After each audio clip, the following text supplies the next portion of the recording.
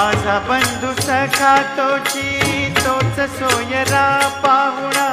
माझा बंधू सखा तोच सोयरा पाहुणा,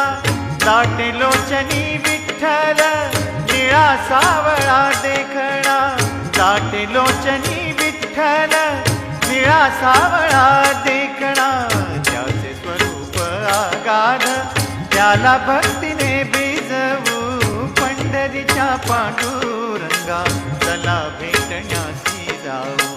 ध्यान सुंदराचे तेथे